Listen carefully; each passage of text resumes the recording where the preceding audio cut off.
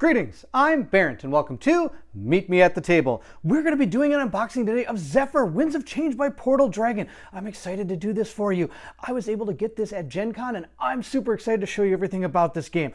This game is for 1 to 5 players, lasts about 20 minutes per player, and is for ages 13 and up.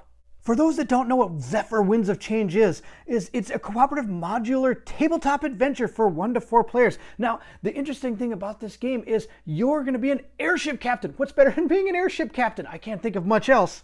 And you're going to take that airship and try to defend the remaining world from other warlords and things like that, going through different encounters and different missions. It's going to be a lot of fun. I can hardly wait to show you.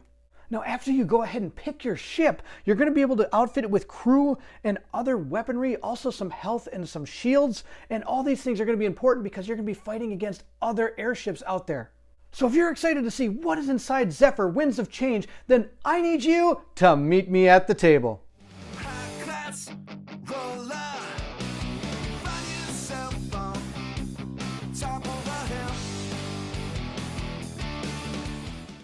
Now, before we continue with the unboxing, I want everybody to understand that I actually recorded an unboxing of this, but I was unsatisfied with the audio quality. So I wanted to make sure I went back and did it justice. So that's why you're going to see that the cards are already out of their sleeves and everything. But we're going to go ahead and look at what is inside here. Now, it starts with our rule book. Rule books are really important. I love rule books. So I'm going to go ahead and read through this, and we're going to see how to play Zephyr Winds of Change. Also, right after that, we see our first mission, the tutorial. This is what we're going to be playing through when I do my playthrough of this game. I'm excited to bring this to you. It's going to tell us which ship to take. It's also going to tell us kind of what we should use for our first battle, what we should expect on day 1.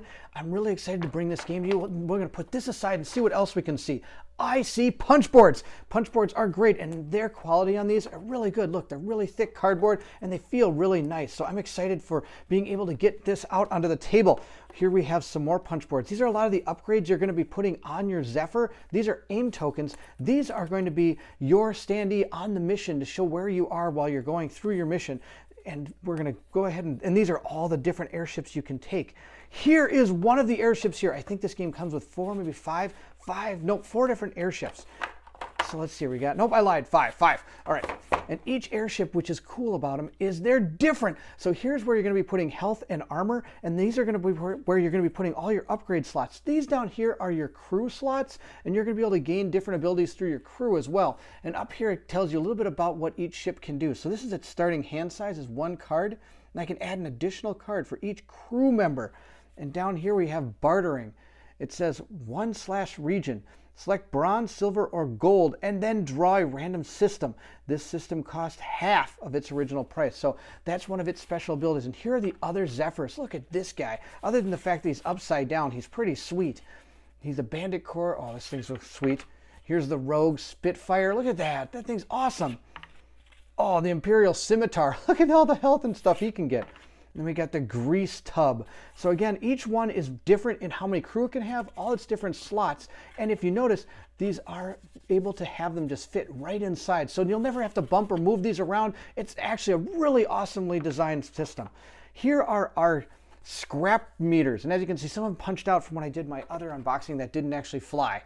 Get it? Fly, and we're using airships.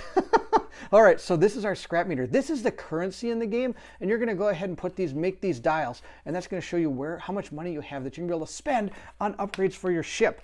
We have some bags, which are really awesome. Here's some more of the scrap meters down here. These are the things we're going to use to put the scrap meters together. Here's some cubes we're going to use in the game. It comes with dice, and these are some really cool steampunk-looking dice. They're kind of bronzish and bluish. It's kind of rust-colored. They're really awesome. Here's some standees that we're going to use on those markers we saw in the punch boards. And then let's get to these cards. Here's our first set. Now, our first set of cards are these right here. These are going to be some missions.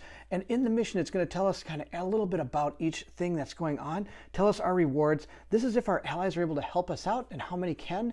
This is our path we're going to take before we go fight on the main villain type guy in this mission.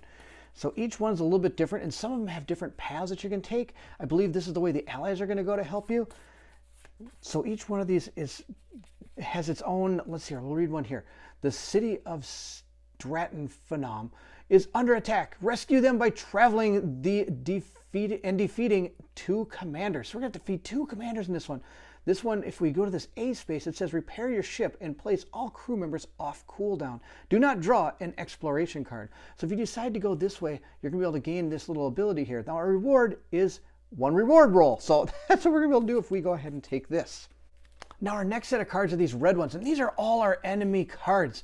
So for example, we might have to take on the Black Rook, an Imperial Scimitar class. And this is all his abilities, and this is his crew and his health and defense. Now, depending on where you run into these, because the further you are into the enemy area, the harder these enemies are going to be. So if you found this guy near your first one, he might not be as powerful as if you found him near the end before you fought the main villain.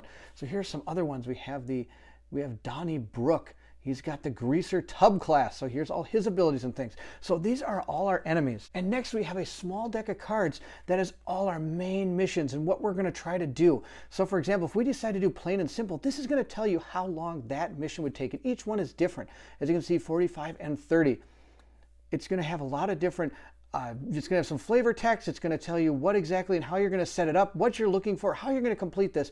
It also tells you what's going to happen in each region. Like I said, as you get closer, the harder they're going to become, and then you're going to fight the main villain at the end.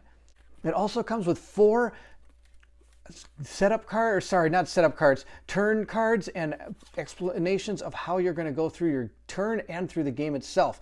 It also covers all the different rewards. The critical dump, remember I was able to get a reward roll? Here's where you do your reward roll to figure out what you get.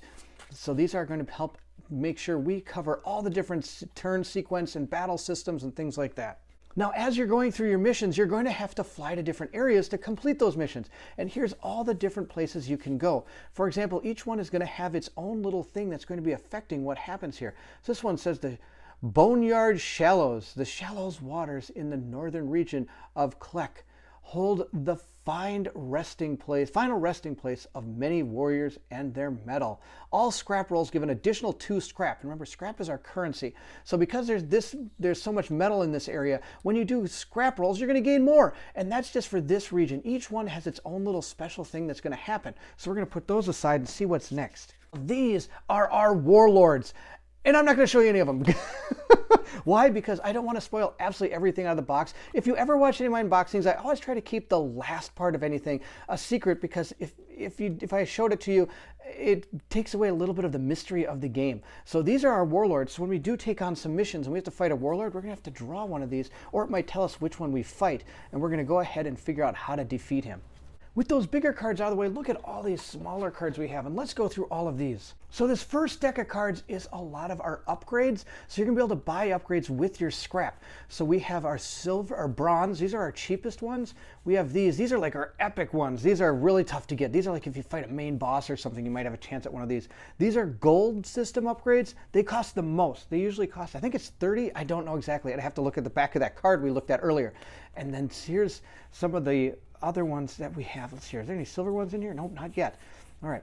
And then let's see if we keep going. Okay, I think these are going to be, so each ship comes with its own deck of cards. So on top of being able to buy stuff, you're also going to gain a deck that actually is specific for each craft. So this one might be a little bit more nimble. If you remember, this is the Spitfire. So I believe these are, you might have more like twists and turns to try to prevent being damaged, where other ones might have more having to do with being able to take damage and things, because they might be more of that type of ship. I haven't looked through this deck completely to know exactly what's going on, but I do know that that's what these cards are. These are really cool. Next, we have 2 deck of cards with this skull. One's red and one is yellow. One are the warlord abilities and the other one is the warlord ways. And again, these I'm not going to show you because they have to do with the warlord, but they are out there and they're going to be able to make the warlord a little bit different each time you fight him. And on top of warlords, we also have commander cards. These are some of the commanders we're going to fight. So I'm going to show you this one. We got Luther. He draws 0 on enemy ships. Okay, he also has these kind of abilities. So this is what's going to happen while you're fighting against him. And this is all the type of stuff you can have based on probably where you find him on that path in your mission. So these are some of the commanders. Next, we have our crew and ally deck. Now, this is really awesome. Take a look at how this works.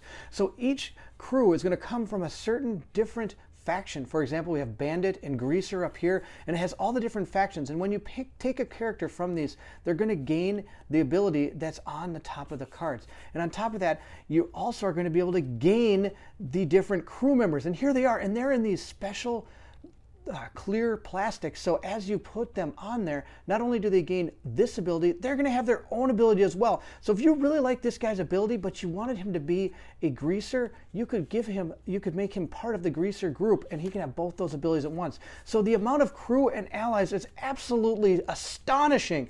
I'm really excited for the way that works. The next 2 deck of cards is our skirmish and our scavenge cards. So during your missions and your quests, you're also going to have to draw different skirmish and scavenge cards. Now, each one of these has some stuff that could be a little bit different. For example, this one says followed. A foreboding shadow passes over you, announcing the presence of its owner. Silhouetted by the sun, this newcomer turns to reveal both its overwhelming firepower and hostile intentions. So this is going to cause us to actually have a fight on our hands. And that's not probably going to be very good, especially if we're not equipped well enough. Also, we could gain stuff from our scavenge cards. For example, this scavenge card says protection. The overpriced inventory of a merchant reveals that what he is really selling is insurance. He leans in and says, bad things can happen to anyone. Choose. So this is going to give us some options of what we're going to be able to do. So each time you pick a scavenge or a skirmish card, something will happen. So I'm excited to see what's inside this entire deck and what could happen to our brave commander as he flies through.